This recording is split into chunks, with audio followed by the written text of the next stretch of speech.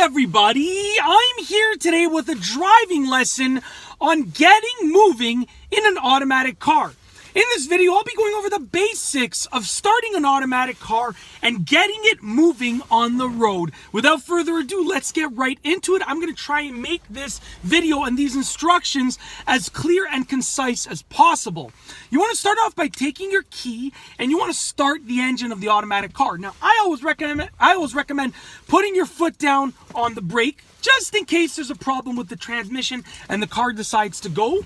I recommend just placing your foot on the brake. It's just a habit that I've picked up from driving manual for so many years. So put your foot down on the brake, take the key, turn it to start the car. So you want to turn it and hold it and release it once the engine has started, just like this.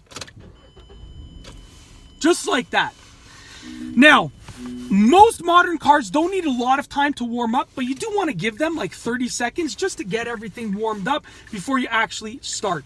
Now, before you start driving, you want to make sure that your mirrors allow you to see what you need to see, which is out the rear windshield of your car and down the sides of your car for these two over here, okay? You want to make sure that you can grip the steering wheel and you're comfortable with the steering wheel, and make sure that your seat's in the right position. When it's all good to go, take your seatbelt, put your seatbelt on. Very, very important to make sure that safety is your priority and you're ready to start moving. Take your right foot, and your right foot is going to be controlling the gas and the brake pedal. You won't be doing anything with your left foot. It literally just stays there to the side of the pedals. Take your right foot, press the brake pedal down, grab your gear selector, put it into drive, which is D. Make sure that the handbrake or the parking brake is disengaged and you're ready to move. Now what you're going to do is you're going to release the brake pedal and you're going to ease into the gas pedal. And you're going to make sure that you ease into the gas pedal while steering. Now if you're moving away from the curb like I am right now, you're going to put your left signal on. You're going to check all of your mirrors to make sure they're safe to move. You're going to check your right blind spot, which is a shoulder check like that. Your left blind spot. When you see that there are no traffic or pedestrians and that it's safe to go, release that brake pedal, steer a little bit away from the curb, and just slightly press the gas pedal. Make sure that your signal goes off and you're ready to go. So as you can see, I apologize about the lighting, but as you can see, this is driving. Now, you want to have two hands on the wheel. Try and position them at about the 10 o'clock and 2 o'clock position.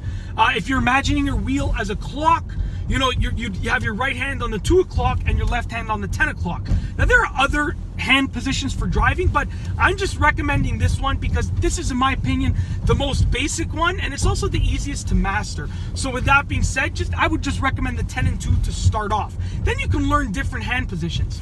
Now I'm approaching the stop sign, so I'm going to release my foot from the gas pedal and ease into the brake pedal, just like that. I want to turn right, so I'm going to put my right signal, check my rear view mirror, my right side mirror, my right blind spot, check for traffic, release the brake pedal, and ease into the gas pedal while simultaneously steering to the right. And then when you're done the turn, you can release the wheel, and it should turn back to allow you to steer straight on this new street. Once again, I'm going to make another right-hand turn, just like this. Now this turn starts off on an angle, so it's a little bit of a weird turn. I'm doing all of my safety checks, and now I'm accelerating while simultaneously steering the wheel, and I release the wheel, and it straightens out by itself. Now, a few things to note when you're learning to drive, when you're getting moving, when you're practicing driving, a few things to note is simply that safety should be your number one priority, okay?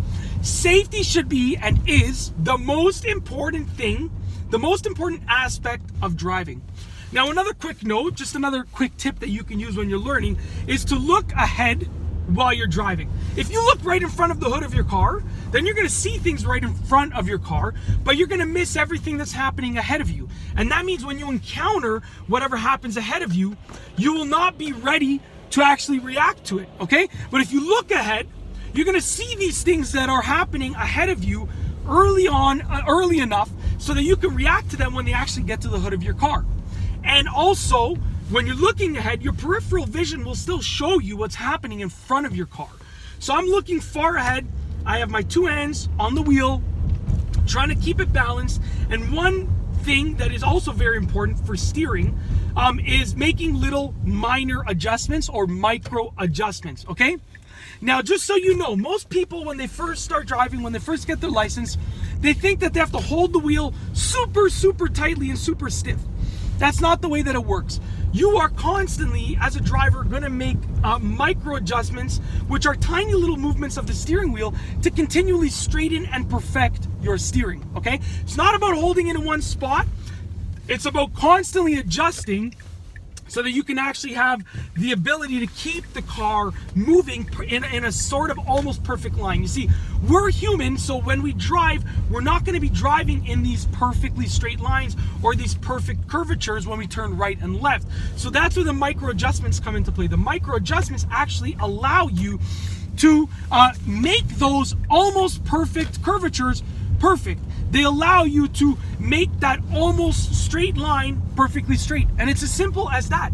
In this video, I have shown you how to get moving in an automatic car. It's been a very simple driving lesson, and I've shown you the basics of getting going in an automatic car, from starting the engine to actually driving on the road. If you like this video, be sure to give it a thumbs up. Let me know what you think down below as a comment, and of course, be sure to subscribe for more great car and driving videos just like this one. And that's all I have for you today. Thanks for watching.